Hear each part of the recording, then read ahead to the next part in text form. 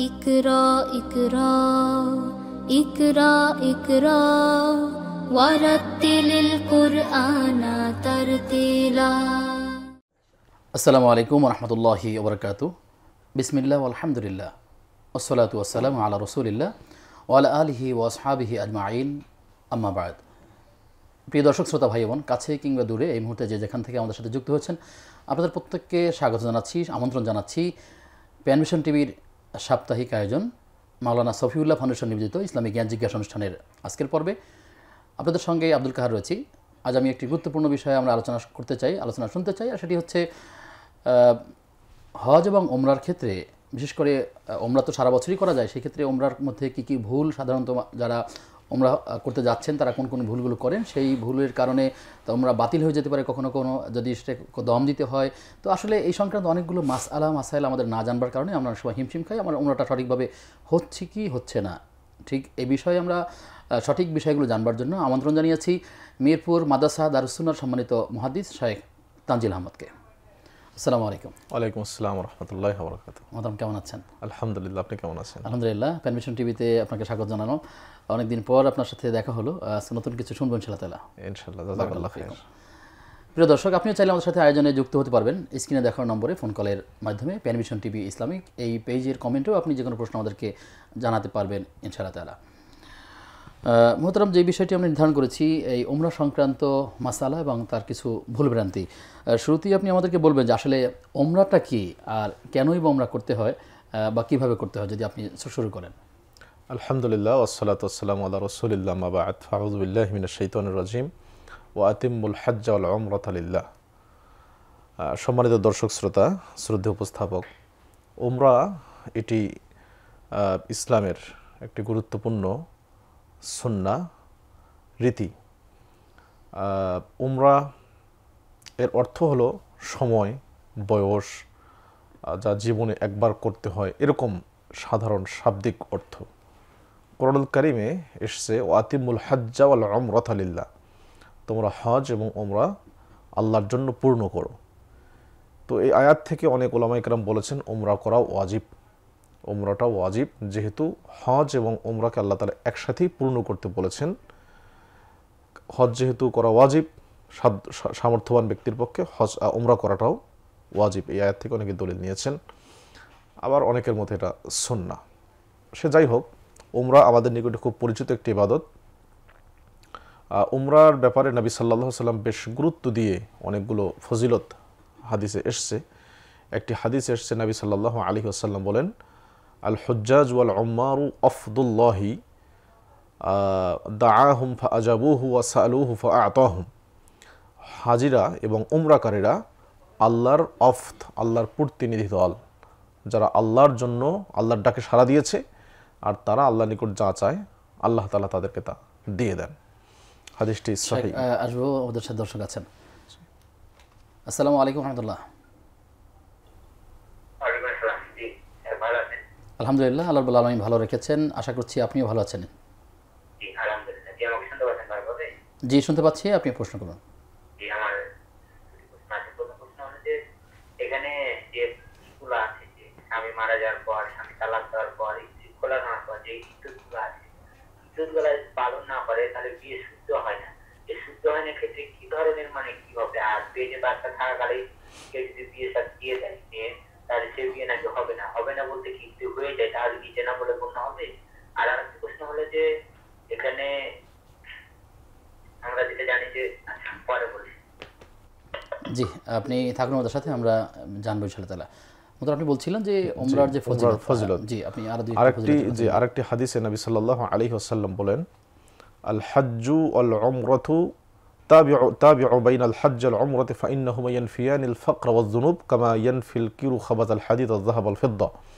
যে তোমরা হজ এবং উমরা পাশাপাশি করো, লাগাতার হজ করার কিছুদিন পরে উমরা করো, অথবা উমরা করার কিছুদিন পরে হজ করো, পাশাপাশি যেন থাকে।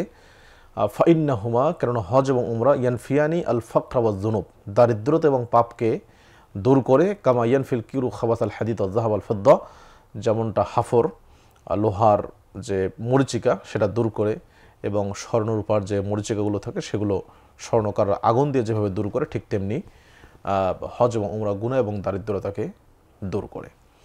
আরেকটি হাদিসে নবী সাল্লাল্লাহু আলাইহি ওয়াসাল্লাম বলেন, আল উমরাতু ইলাল উমরাতি কাফফারাতুল লিমা বাইনাহুমা, এক উমরা থেকে আরেক উমরা এর মাঝের যে গুনাহগুলো আছে, সগীরা গুনাহ যেগুলো, সেগুলো উমরার কারণে আল্লাহ তাআলা মাফ করে দেন। উমরার কারণে মাফ করে আলোচনা দেন। যে হাদিসের কথা বললেন যে উমরার মাধ্যমে দারিদ্রতা দূর হয়, আসলে এটি আমাদের বুঝে আসে না অনেক ক্ষেত্রে, সেই ক্ষেত্রে আসলে এর বিষয়টা কি, কিভাবে হতে পারে, মানে কোনো ব্যাখ্যা আছে কি? হ্যাঁ, ব্যাখ্যা তো আছেই। সেটা হলো দুইটা দিক আছে। একটা হলো যে আপনার হয়তো টাকা পয়সা কিছু খরচ হবে, একটা উমরা যেমন আমাদের দেশ থেকে উমরা করতে গেলে 1-1.5 লক্ষ টাকা খরচ তো হবেই। তো আমাদের আপাত দৃষ্টিতে মনে হচ্ছে টাকা খরচ হচ্ছে, কিন্তু হাদিসে আসছে যে দারিদ্রতাকে দূর করে। এটার হতে পারে যে দুনিয়াতেই আপনি উমরা করবেন, আল্লাহ তাআলা বাস্তবিকই আপনার দারিদ্রতা দূর করে দিবেন। আরেকটি ব্যাখ্যা ওলামাগণ দিয়েছেন, সেটা হলো পরকালে আপনার সওয়াবের যে দারিদ্রতা, সওয়াবের জন্য আপনি যেন দরিদ্র না হন, আল্লাহ তাআলা আপনাকে প্রভূত সওয়াব দান করবেন। কোরআনুল কারীমে সূরা রুম একটা আয়াত এসেছে এই সংক্রান্ত।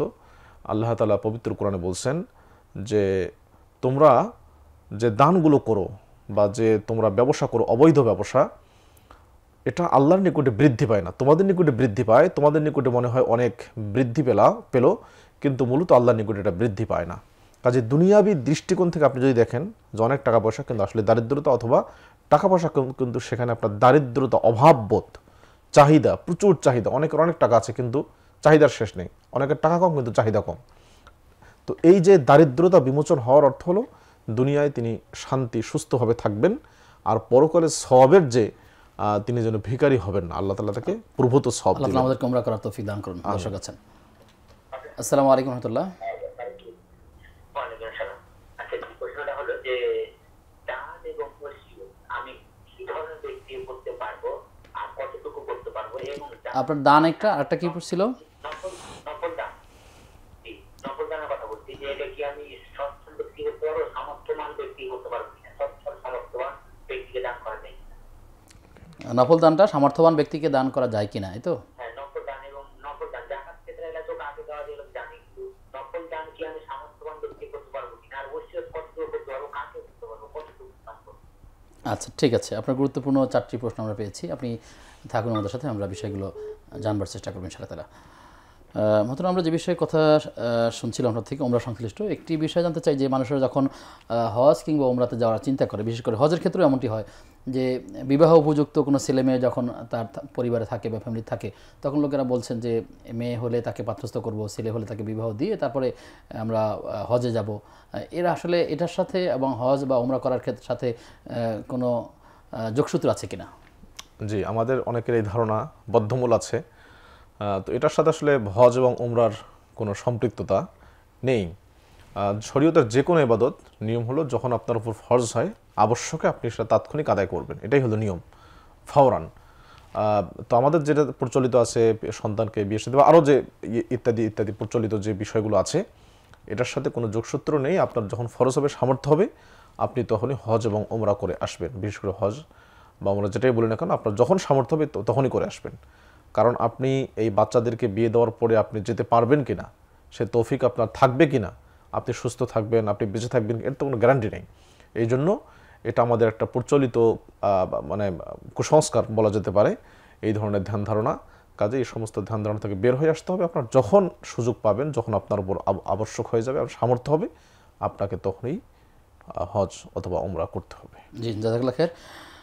প্রশ্ন হচ্ছে যে আমরা জানি যে নিয়ত অন্তরে করতে হয়, মুখে বলতে হয় না, কিন্তু এমন কি ইবাদত আছে যেখানে এই নিয়তটা মুখে শব্দ করে বা শব্দের মাধ্যমে আওড়াতে হয়, এই বিষয়টা কি? জি, নিয়াতের বিষয়টা খুব সুন্দর প্রশ্ন। নিয়াত, ইন্নামাল আমালু বিন্নিয়াত, নিয়াত ছাড়া কোনো কাজই গ্রহণযোগ্য হবে না। ইবাদত এবং অভ্যাসের মাঝে পার্থক্যই হলো নিয়াত। নিয়াত করলেই আপনি ইবাদতের অন্তর্ভুক্ত হবে, নিয়াত না করলে সাধারণ অভ্যাস হিসেবে গণ্য হবে, আল্লাহ আপনি কোনো সওয়াব পাবেন না। তো নিয়াতের ব্যাপারে আমাদের বক্তব্য, আল নিয়াতু মাহাল্লুহাল কলব ওয়াত তালাফফুযু বিহা বিদআতুন, নিয়াতের স্থান হলো অন্তর, নিয়াতের স্থান হলো অন্তর, এটা উচ্চারণ করার এটা হলো বিদআত, এটা কুসংস্কার। সাহাবায়ে কেরাম, সালাফ, তাবিন, ইমামগণ কেউ উচ্চারণ করে কোনো নিয়াত করেন নাই। কিন্তু হজের ক্ষেত্রে একটু ব্যতিক্রম আছে, সেটা হলো হজের যে তালবিয়া আমরা পাঠ করি, লাব্বাইকা আল্লাহুম্মা হাজ্জান আও লাব্বাইকা আল্লাহুম্মা উমরাতান, এই যে তালবিয়াটা পাঠ করাই হলো হজ্জের নিয়াত। যদিও নিয়াতেরও একটা আলাদা অবস্থান আছে, কারণ অনেকে দেখা যায় যে মুখে হয়তো তালবিয়া উচ্চারণ করছে সবার দেখা দেখি, কিন্তু মনে মনে তার আসলে নিয়াত আল্লাহকে খুশি করা না। নিয়াত হলো যে হজ করে আসবে সাধারণভাবেই বা দেখানোর জন্য ইত্যাদি ইত্যাদি। ইখলাস তার মধ্যে যদি না থাকে তাহলে এই উচ্চারণ করেও আসলে লাভ হবে না কোনো। তো হজ্জের যে নিয়াত বা তালবিয়া সেটা মুখে উচ্চারণ করতে হয় এবং উচ্চস্বরে করতে হয়। নবী সাল্লাল্লাহু আলাইহি ওয়াসাল্লাম বলছেন আল হাজ্জু আল আজ্জু আসাজ্জু, হজ মানে হলো উচ্চস্বরে তালবিয়া পাঠ করা এবং বেশি করে কোরবানি যে যত দিতে পারে আর কি, এটার নামই হলো হজ। উমরার ক্ষেত্রে একই কথা, উমরার ক্ষেত্রে উচ্চস্বরে তালবিয়া পাঠ করতে হবে। জি, শুকরিয়া আপনাকে।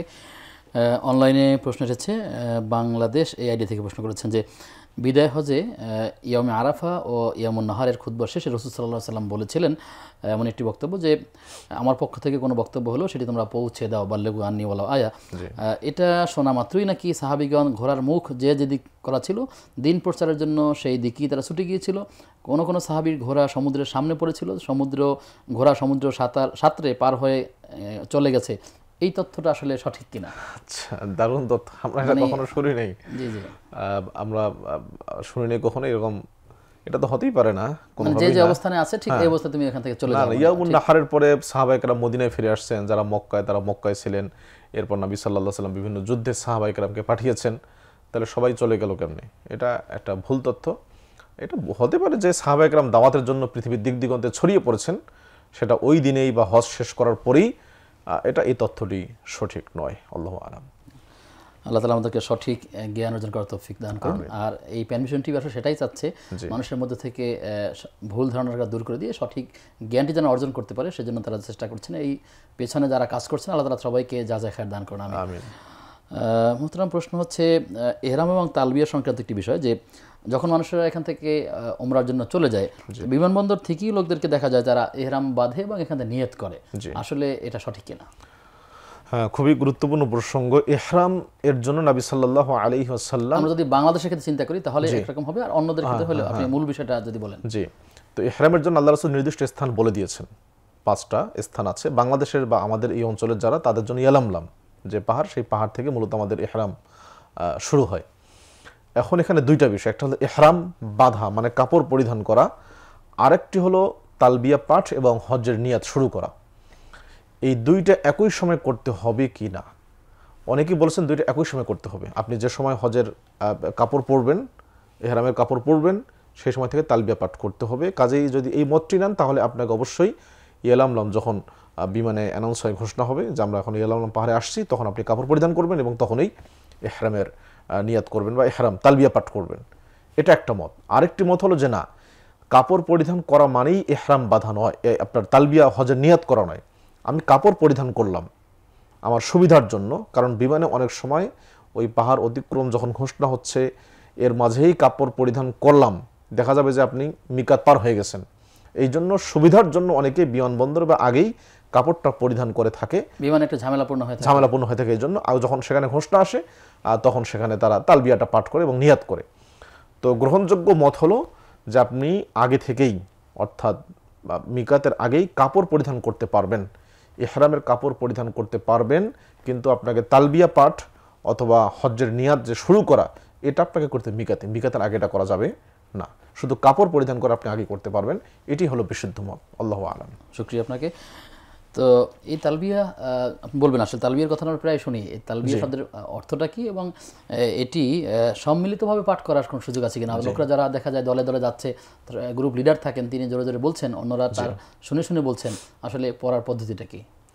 তালবিয়া শব্দের অর্থ হলো মানে আপনার যেটাকে বলি আমরা ব্যঞ্জনা, একটা আল্লাহর নিকট। তালবিয়া মানে উপস্থিত হওয়া, আমি উপস্থিত, লাব্বাইকা আমি উপস্থিত, এটার অর্থ হলো এই। এটা দ্বিবচনের শব্দ তালবিয়া, মানে আমি উপস্থিত, অতঃপর আমি উপস্থিত, এরকম একটা ভাব, গাম্ভীর্যপূর্ণ একটি শব্দ, স্লোগান। তালবিয়ার ক্ষেত্রে তালবিয়া যেটা এসছে যে লাব্বাইক আল্লাহুম্মা লাব্বাইক, লাব্বাইকা লা শারিকা লাকা লাব্বাইক, ইন্নাল হামদা ওয়ান নি'মাতা লাকা ওয়াল মুলক লা শারিকা লাক। এই তালবিয়ার ক্ষেত্রে সমস্বরে, উচ্চস্বরে তো পাঠ করতে হবে, সমস্বরে করা যাবে কিনা? সঠিক মত হলো সমস্বরে করা যাবে না। একজন গ্রুপ লিডার তালবিয়া পাঠ করবেন, তার দেখা দেখি অন্যরাও পাঠ করবে, এরকম ওলামায়ে কেরাম এটাকে বেদাত বলেছেন। বরং সবাই নিজ নিজ সমস্বরে পাঠ করবেন, মহিলারা নিম্ন স্বরে পাঠ করবেন, পুরুষরা উচ্চস্বরে পাঠ করবেন। এখন যদি মিলে যায় পাঠ করতে গিয়ে, যেহেতু সবাই একসাথে আছে, এটা দোষের কিছু না। কিন্তু ইচ্ছাকৃতভাবে সবাই একজনের নেতৃত্বে তালবিয়া পাঠ করা, এটাকে ওলামায়ে কেরামের অনেকেই এটাকে বেদাত বলে অভিহিত করেছেন, কারণ সালাফদের থেকে এরকম কোনো আমল প্রমাণিত নেই। আল্লাহু আ'লাম। তালবিয়ার মতো অনেক সময় যে তাওয়াফে যারা থাকে মাতাফে, এই মাতাফ অনেকেই আবার বই দেখে দেখে, নোট দেখে দেখে মানে বিভিন্ন দোয়াগুলো পড়ছে, সেটিও দেখে দেখে কি পড়ার সুযোগ আছে কিনা, বা আসলে দেখে দেখে না পড়ে যারা আরবি দোয়াগুলো পারছেন না তাদের কি করণীয় আছে?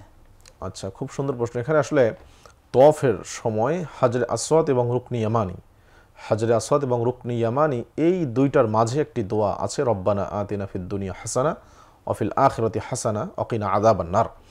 এটি আল্লাহ রাসূল থেকে প্রমাণিত। আর বাকি অন্যান্য জায়গাগুলোতে দোয়া পড়া তো যাবে, সমস্যা নেই। তওয়াফের সময় তো দেখে দেখে পড়ার যে রীতি, বা একজন পড়তেছে বাকিরা সব, এটা আসলে উচিত না, এটা ঠিক না। কারণ তওয়াফের মধ্যে, তওয়াফ হলো সলাতের মতো একটা, সলাতে যে মানুষ একাগ্র চিত্তে আল্লাহকে স্মরণ করে, এখানেও মানুষকে একাগ্র চিত্তে আল্লাহকে স্মরণ করার বিষয়টা তার উপর ছেড়ে দিতে হবে। তার মনে যা চায় তিনি বাংলায় হোক যে কোনো ভাষায় হোক সেই দোয়াগুলো করতে পারবেন, কোনো সমস্যা নেই। দেখে দেখে যদি দেখে দেখে, ওই তো বললাম যে দেখে দেখে আসলে দরকার নেই, কারণ ওই যে রব্বানা আতিনাটা তো সবার জানা আছে, এই দোয়াটা আমার মনে হয় সবাই জানেন এটা।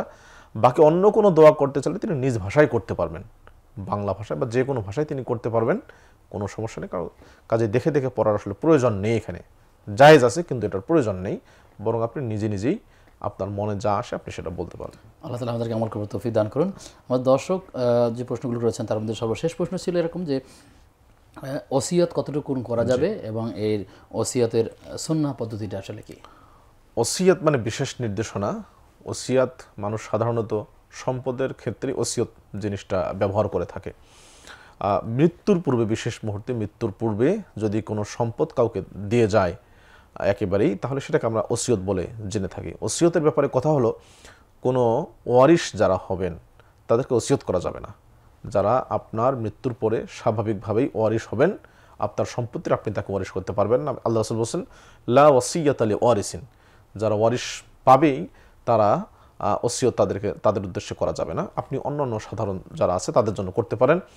আর ওসিয়তের সর্বোচ্চ সীমা ওলামা, আল্লাহ রাসূল নিজেই বলছেন আপনার মোট সম্পত্তির 3 ভাগের 1 ভাগ, মোট সম্পত্তি এটাই সর্বোচ্চ, মোট সম্পত্তির 3 ভাগের 1 ভাগ আপনি ওসিয়ত করে যেতে পারেন। এবং রাসূল সাল্লাল্লাহু আলাইহি ওয়াসাল্লাম অসলুতু কাসীর, বরং 1/3 ওসিয়ত করাটাও অনেক অনেক।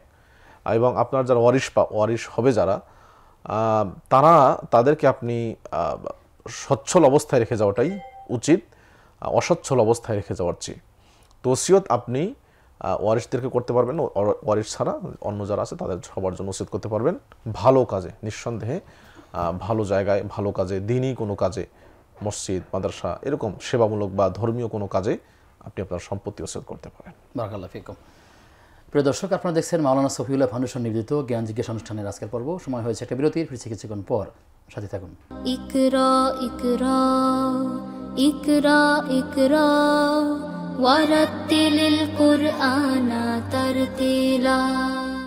বিরতির পরে সবাইকে আবারও আমন্ত্রণ প্যানভিশন টিভির সাপ্তাহিক আয়োজন মাওলানা সফিউল্লাহ ফাউন্ডেশন নিবেদিত ইসলামী জ্ঞান জিজ্ঞাসা অনুষ্ঠানের আজকের পর্বে। আমি আব্দুল কাদের রয়েছি আপনাদের সাথে। আমার সাথে মেহমান রয়েছেন মোহতারাম তানজিল আহমদ। মোহতারাম, বিরতির আগে আমরা প্রশ্ন পেয়েছিলাম, আমাদেরকে নিয়মিত যিনি দর্শক তিনি প্রশ্ন করেছিলেন যে সাধারণ দান কাকে করা যাবে, সামর্থ্যবান কাউকে করা যাবে কিনা, বা এক্ষেত্রে কোনো নির্দেশনা আছে কিনা ইসলামের?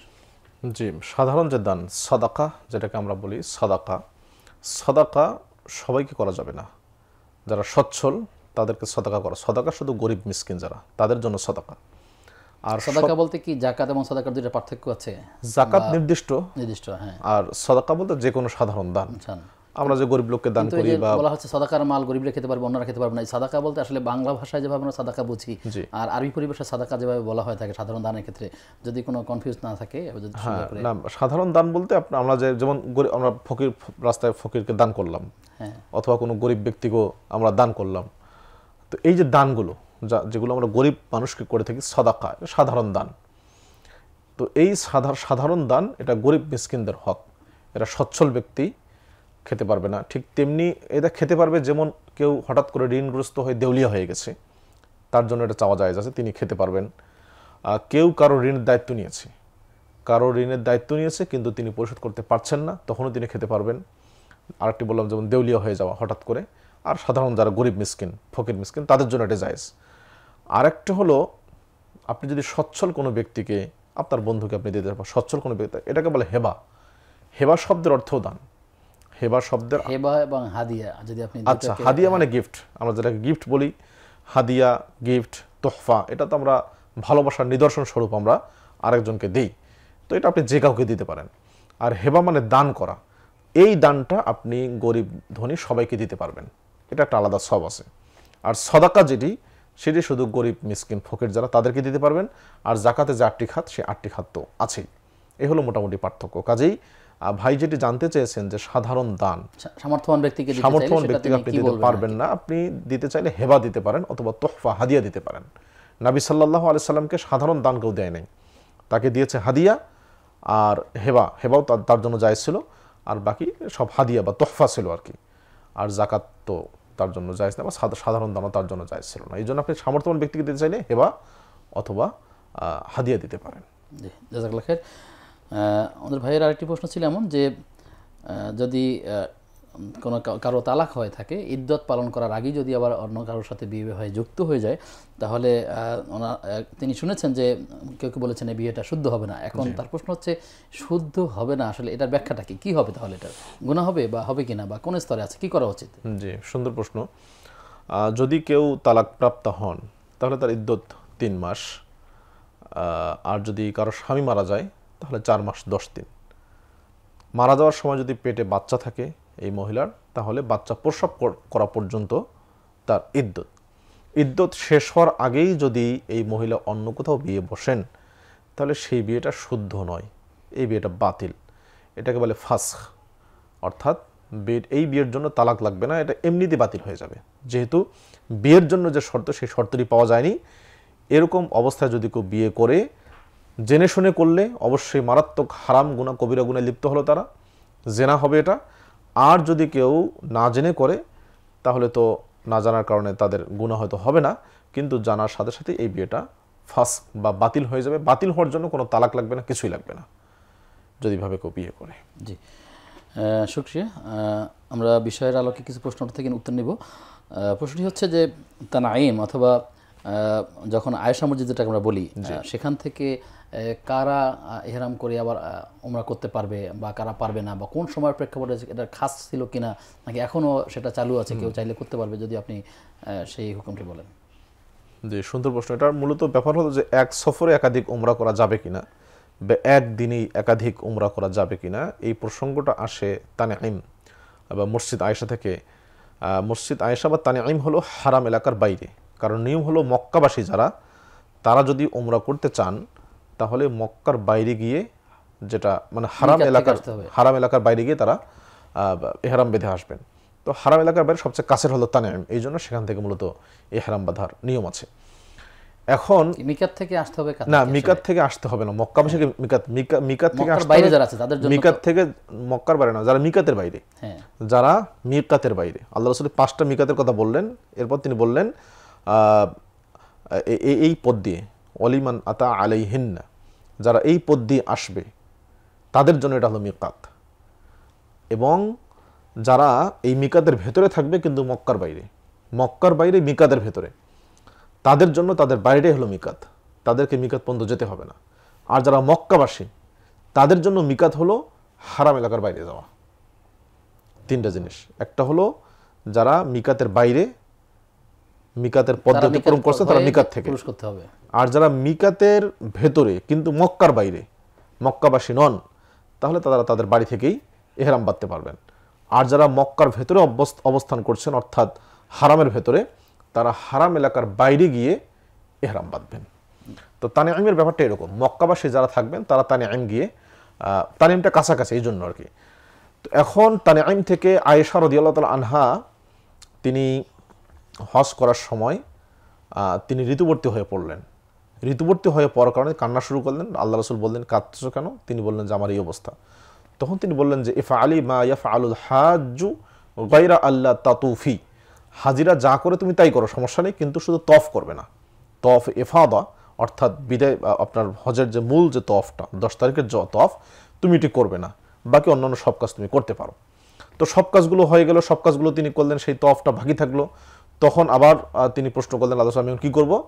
তখন তিনি যখন সুস্থ হলেন তখন আল্লাহ রাসূল তার ভাই আয়েশার ভাই বড় ভাই আব্দুর রহমান বিন আবু বকরকে বললেন তোমার বোনকে তানঈম থেকে নিয়ে এসে তওয়াফটা করাও ইহরাম বেঁধে। তো তিনি তানঈমে গেলেন, সেখানে গিয়ে আবার ইহরাম বাঁধলেন, ইহরাম বেঁধে এসে তওয়াফ করলেন। এখন এই হাদিস থেকে ওলামাগণ মূলত এখানে দুইটি মাযহাব, দুইটি মত প্রচলিত আছে। হানাফি মাযহাবের মতে যে এক সফরে একাধিক উমরা করা জায়েজ, দলিল হলো এই হাদিসটি আয়েশা রাদিয়াল্লাহু তাআলা আনহা তিনি এক সফরেই একাধিক উমরা বা একাধিক ইহরাম বেঁধে তিনি এটি পালন করেছেন। আর অন্যান্য ওলামায়ে কেরাম, বিশেষ করে হাম্বলি মাযহাবের ওলামায়ে কেরাম, শাফিঈ মাযহাবের ওলামায়ে কেরাম তারা বলছেন না, এক সফরে উমরা করা যাবে না, এটা বিশেষ কোনো ব্যক্তি যদি কোনো অসুস্থ থাকে তার জন্য নির্দিষ্ট।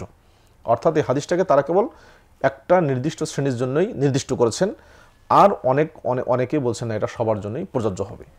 এখন আরেকটি গুরুত্বপূর্ণ কথা সেটা হলো এই, আমরা এখন বাংলাদেশ থেকে বা বিভিন্ন দূর দূরান্ত থেকে যাই, যদি একাধিক উমরা করতে চাই আর যদি সেই উমরাটা আমাদের জন্য জায়েজ না হয়, পরবর্তীতে উমরা যাওয়ার আমাদের কোনো সুযোগ হয়তো নাও থাকতে পারে, কঠিন হয়ে যায়, সেক্ষেত্রে ওলামাগণ একটা ব্যয়বহুল জি সুযোগ দিয়েছেন। সেটা হলো এই যে আপনি মক্কা থেকে বের হয়ে যাবেন, অন্য কোনো শহরে যাবেন, মনে করেন জেদ্দায় বা তায়েফ বা মদিনায়, এখন তো সব জায়গায় অ্যাক্সেস আছে আলহামদুলিল্লাহ।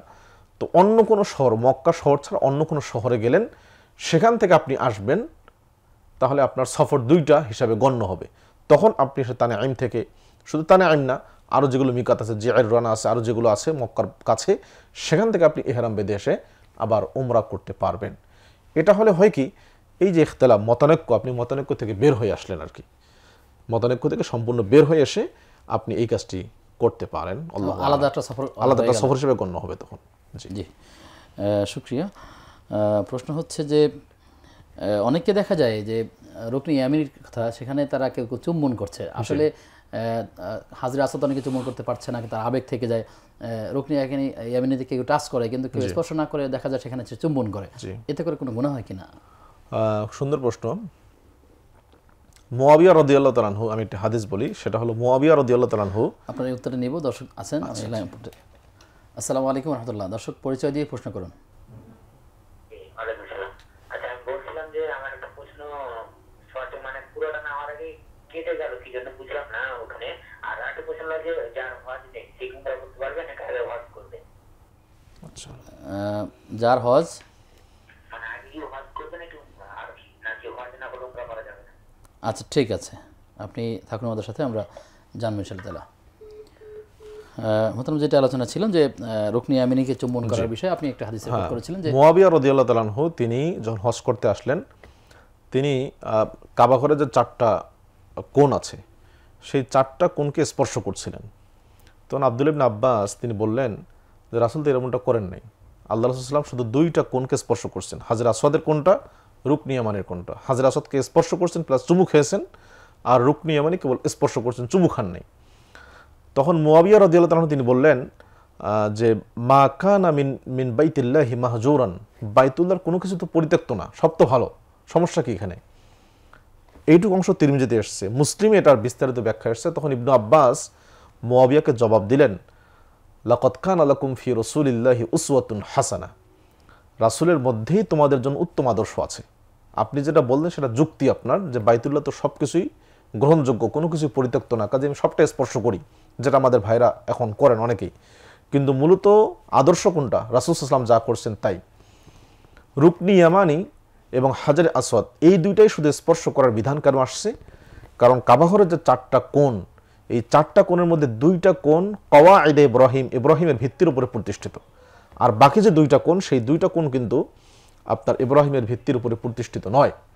আমরা সেই ঘটনাও জানি যে আপনার ওই যে মক্কায় যখন প্লাবন হলো, আল্লাহ রাসূলের বয়স যখন 35, তখন কাবাঘর ধ্বংস হয়ে গেল, নতুন করে কাবাঘর নির্মাণ করা শুরু হলো। তখন কাবাঘর নির্মাণ করতে গিয়ে তারা হালাল টাকা দিয়ে নির্মাণ করলো, হালাল টাকার কারণে পুরো কাবাঘর অর্থাৎ ইব্রাহিম আলাইহিস সালাম যে ভিত্তির উপরে নির্মাণ করেছিলেন সেই ভিত্তিটা পুরোপুরি সম্পন্ন করতে পারল না। একটা বাউন্ডারি কিন্তু দেওয়া আছে, যেটাকে হিজির বলে বা হাতিম বলে, এটাও কাবা ঘরের অন্তর্ভুক্ত, কিন্তু সেটা এখন আর বাইরে আছে। তো তাহলে দুইটা কোণ ইব্রাহিম আলাইহিস সালামের ভিত্তির উপর প্রতিষ্ঠিত, আর দুইটা কোণ প্রতিষ্ঠিত না। এই জন্য এই দুইটা কোণকে স্পর্শ করা যাবে না। বাকি যে দুইটা কোণ, এই দুইটা কোণের রুকনি ইয়ামানির একটাই ফজিলত, সেটা হলো ইব্রাহিম আলাইহিস সালামের ভিত্তির উপর প্রতিষ্ঠিত। আরেকটি যে কোণ আছে সেটা দুইটা ফজিলত, একটা হলো ভিত্তির উপর প্রতিষ্ঠিত, আরেকটা হলো সেই কোণে হাজারে আসওয়াদ আছে। এই জন্য এখানে দুইটা আমল, চুমু প্লাস স্পর্শ। আর রুকনি ইয়ামানি একটা ফজিলত, ভিত্তির উপর প্রতিষ্ঠিত, এই জন্য শুধু একটা আমল, সেটা হলো আপনার শুধু স্পর্শ করা, সেখানে কোনো চুমু নেই। এই জন্য হাজরে আপনার কাবা শরীফে অনেকেই গিলাপ ধরে বা অনেকেই বিভিন্ন জায়গায় ধরে বিভিন্ন দোয়া করে, এটা আসলে প্রমাণ নেই। কাবা শরীফের স্পর্শ করার মতো জায়গা রুকনি ইয়ামানি, স্পর্শ এবং চুমু করার জায়গা হলো হাজারে আসওয়াদের কোণ। আল্লাহু আ'লাম। এই যে হাজরে আসাদ চুম্বনের বিষয়ের ক্ষেত্রে দেখা যায় যে নারী এবং পুরুষের এখানে পর্দাটা লঙ্ঘিত হয় অনেকের ক্ষেত্রে, কেউ কেউ না বুঝে পুরুষের ভিড়ের ভিতরে নারীরা ঢুকে যান, নারীদের ভিতরে পুরুষরা ঢুকে যান। তো আসলে সুন্নাহ বা পুরুষদের মধ্যেও তারা আবার এই হাজরে আসাদ চুম্বন করতে গিয়ে সেখানে মানুষের উপরে যথেষ্টভাবে বল প্রয়োগ করেন, কখনো কখনো এমনটি দেখা যায়। এটি কি আসলে গুনাহ হওয়ার সম্ভাবনা আছে কিনা, আসলে এভাবেই কি পদ্ধতি নাকি সঠিক পদ্ধতিটা কি? জি, সুন্দর প্রশ্ন। আসলে নবী সাল্লাল্লাহু আলাইহি ওয়াসাল্লাম নিজেও ভিড়ের কারণে হাজরে আসাদ পর্যন্ত যান নাই। তিনি চুম্বন করছেন, কিন্তু প্রত্যেকবার চুম্বন করেন নাই। একবার যখন দেখলেন প্রচণ্ড ভিড় আর যান নাই, তিনি দূর থেকে হাত দিয়ে ইশারা করলেন, বা লাঠি দিয়ে ইশারা করা যাবে। হাতে চুম্বন করবে নাকি হাতে ইশারা করতে হবে? হাত দিয়ে ইশারা করবে এবং লাঠি দিয়েও ইশারা করা যাবে, যদি কারো হাতে ছড়ি থাকে বা লাঠি থাকে, যাই থাকে আর কি, ইশারা করা যাবে। তো নবী সাল্লাল্লাহু আলাইহি ওয়াসাল্লাম নিজেও তিনি ভিড়ের কারণে যান নাই, কারণ মুসলিমকে কষ্ট দেওয়া হারাম। হাজরে আসাদ চুম্বন করা সুন্নাহ, এটা ওয়াজিব টজিব কিছু না, এটা তো সুন্নাহ, মানুষের ভালোবাসা প্রকাশ পায়। আর মুসলিমকে কষ্ট দেওয়া হলো হারাম। আপনি সুন্নাহ পালন করতে গিয়ে মানুষকে কষ্ট দিচ্ছেন। আর মহিলাদের ক্ষেত্রে ডাবল, একটা হলো মানুষকে কষ্ট দেওয়া, আরেকটি হলো পর্দার লঙ্ঘন। সেখানে পর্দার লঙ্ঘন, দুইটা জিনিস তার মধ্যে আসছে। তো সেখানে তো প্রচণ্ড ভিড় থাকে। এই ভিড়ের মধ্যে যদি কেউ এভাবে করে পর্দা লঙ্ঘন করে যান, তাহলে পর্দা লঙ্ঘনের কারণে সেখানে অনেক সময় দেখা যায় তার গায়ে হয়তো টাচ হয়ে যাবে, ব্যাড টাচও হতে পারে।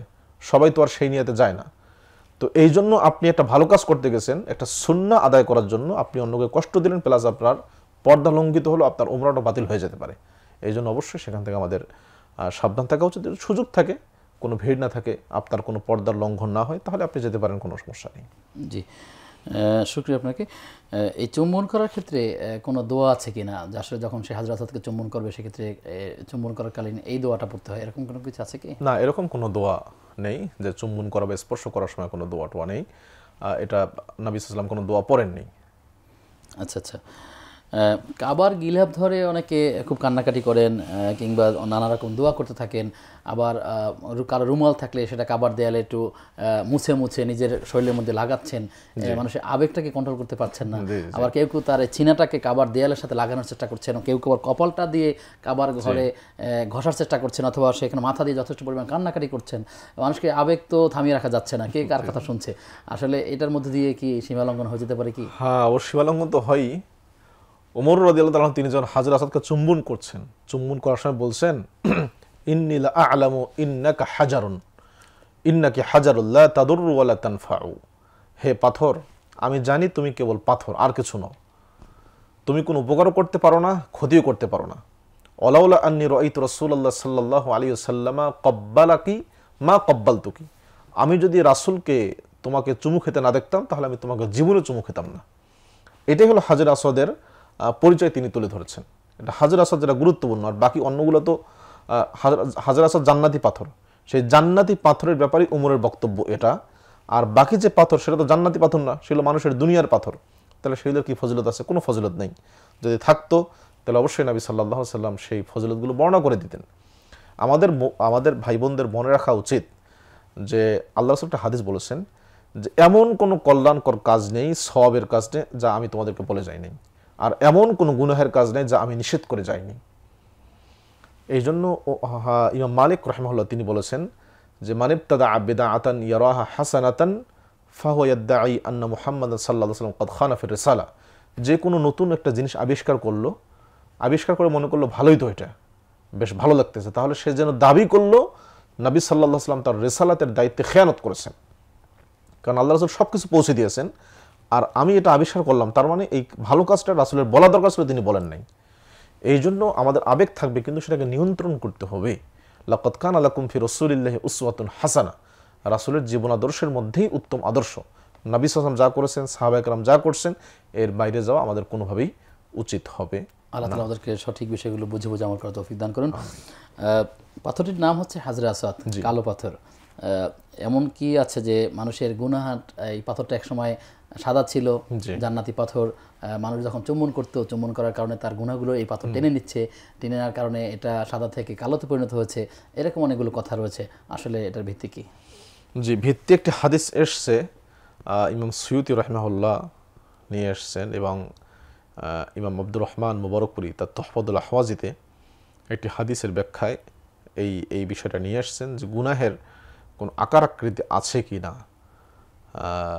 দৃশ্যমান কিনা গুনাহ, সে আলোচনায় তিনি এই হাদিসটিও নিয়ে এসছেন যে হাজরে আসওয়াদ এটা মূলত সাদা পাথর ছিল। ওয়াইন্নামা সাওয়াদাতহু খাতায়া বানি আদম, বনি আদমের পাপ সেটাকে কালো করে ফেলেছে। এরকম একটা হাদিস মুসনাদে আহমদে একটি হাদিস এসছে। যদিও হাদিসটার ব্যাপারে কিলুকাল আছে, ওলামাদের কেউ বলেছেন হাদিসটি সহিহ, কেউ বলেছেন দঈফ, দুর্বল।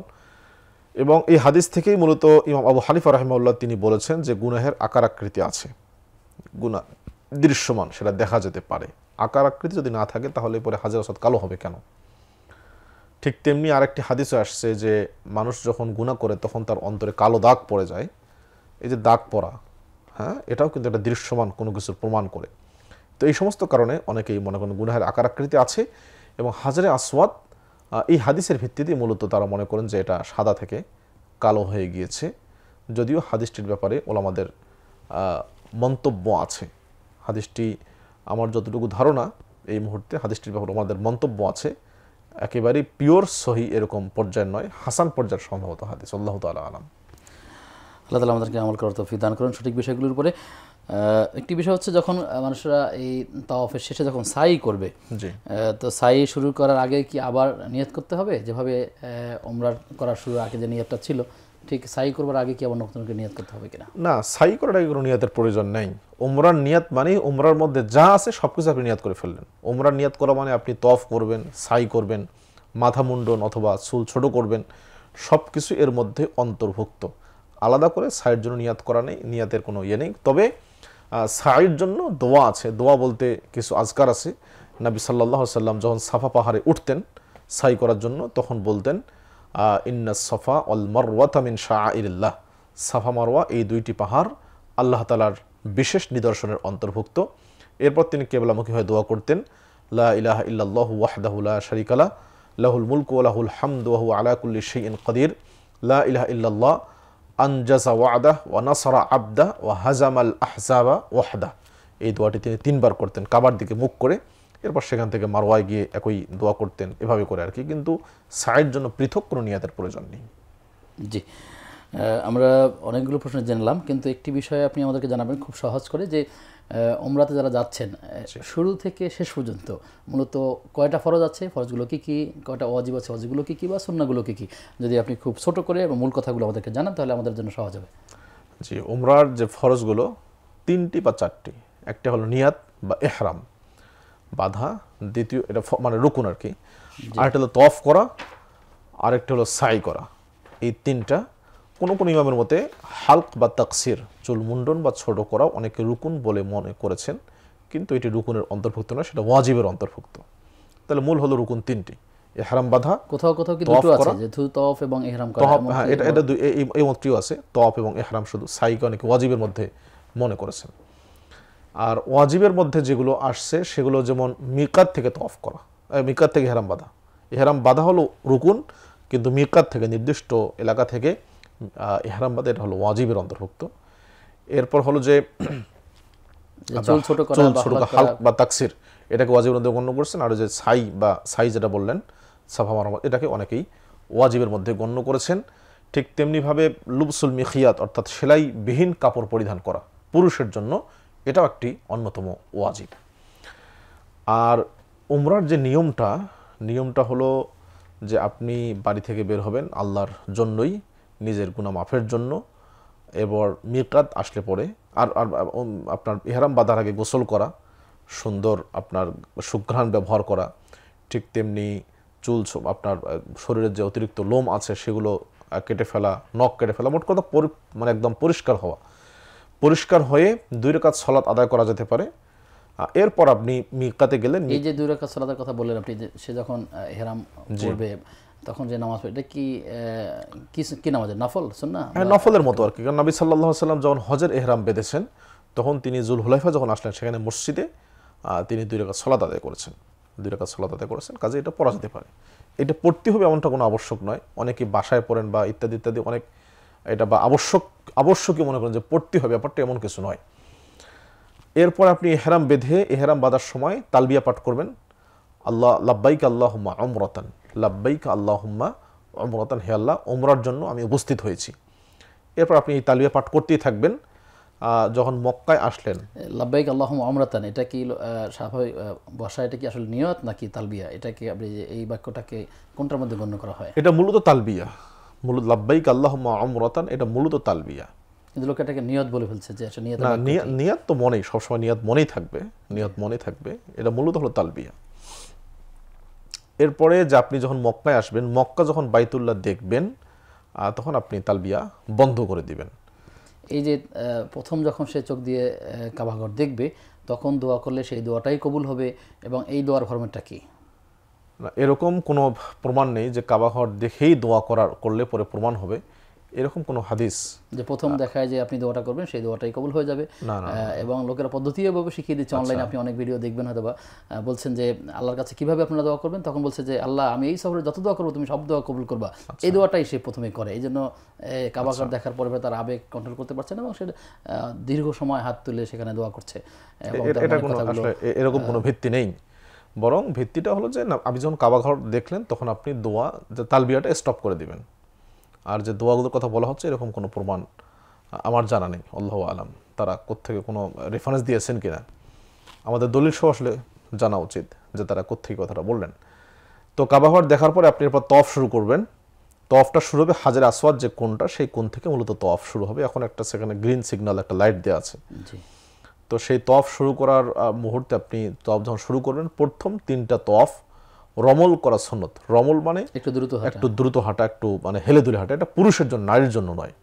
ঠিক তেমনি ইজতেবা, ইজতেবা মানে হলো আপনার ডান কাঁধকে খোলা রাখা, ডান কাঁধকে খোলা রাখা, চাদরটা ডান কাঁধের নিচ দিয়ে দেখা। ডান কাঁধটা খোলা রাখলে বীরত্ব প্রকাশিত হয়, এই জন্য খুলে রেখে পুরুষদের জন্য। এই 3 চক্কর রমল করা, বাকিগুলো স্বাভাবিক গতিতে করা। তওয়াফের সময় আমি আগেই বলেছি যে রুকনি ইয়ামানি এবং হাজরে আসওয়াদ এই জায়গার মধ্যে রব্বানা আতিনা ফিদ দুনিয়া হাসানা ওয়া ফিল আখিরাতি হাসানা ওয়া কিনা আযাবান নার, এই দুটি বেশি করে পাঠ করা। তওয়াফ এবং তওয়াফের যে কোনো মুহূর্তে আপনি হাজরে আসওয়াদকে সুযোগ পেলে চুমু দিবেন, কোনো সমস্যা নেই। চুমু দিতে না পারলেও কোনো সমস্যা নেই। 7 চক্কর দেওয়ার পরে আর মাকাম ইব্রাহিমের পেছনে, মাকাম ইব্রাহিমকে সামনে রেখে 2 রাকাত সালাত আদায় করা সুন্নাহ। এবং সেই 2 রাকাত সালাতে সূরা কাফিরুন প্রথম রাকাতে এবং সূরা ইখলাস পরের রাকাতে পড়াটা সুন্নাহ।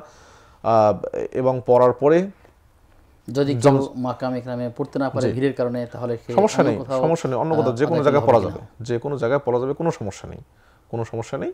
চেষ্টা করতে হবে যে মাকাম ইব্রাহিম যেন সামনে থাকে। সামনে বলতে হুবহু তো সামনে থাকা সম্ভব না, কাছাকাছি আর কি, ডানে বামে। জি।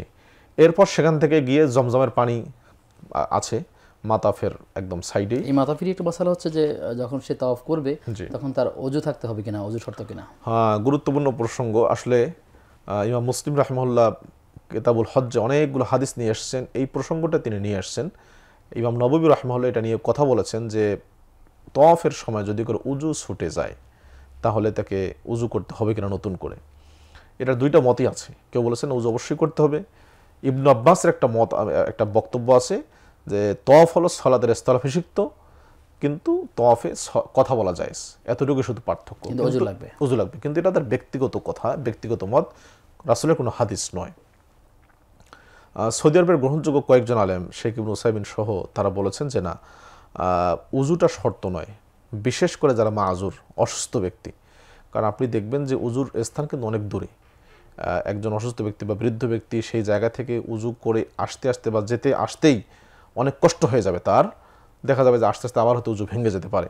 এই জন্য কোনো ওলামায়ে কেরাম মাযুর যারা, বিশেষ করে মারিজ, অসুস্থ ব্যক্তি বিশেষ করে, তাদের জন্য এটা ছাড় দিয়েছেন যে তারা উজু করা ছাড়াও তওয়াফ করতে পারবেন, কোনো সমস্যা নেই, আল্লাহু আলাম। তো এরপরে জমজমের পানি পান করা।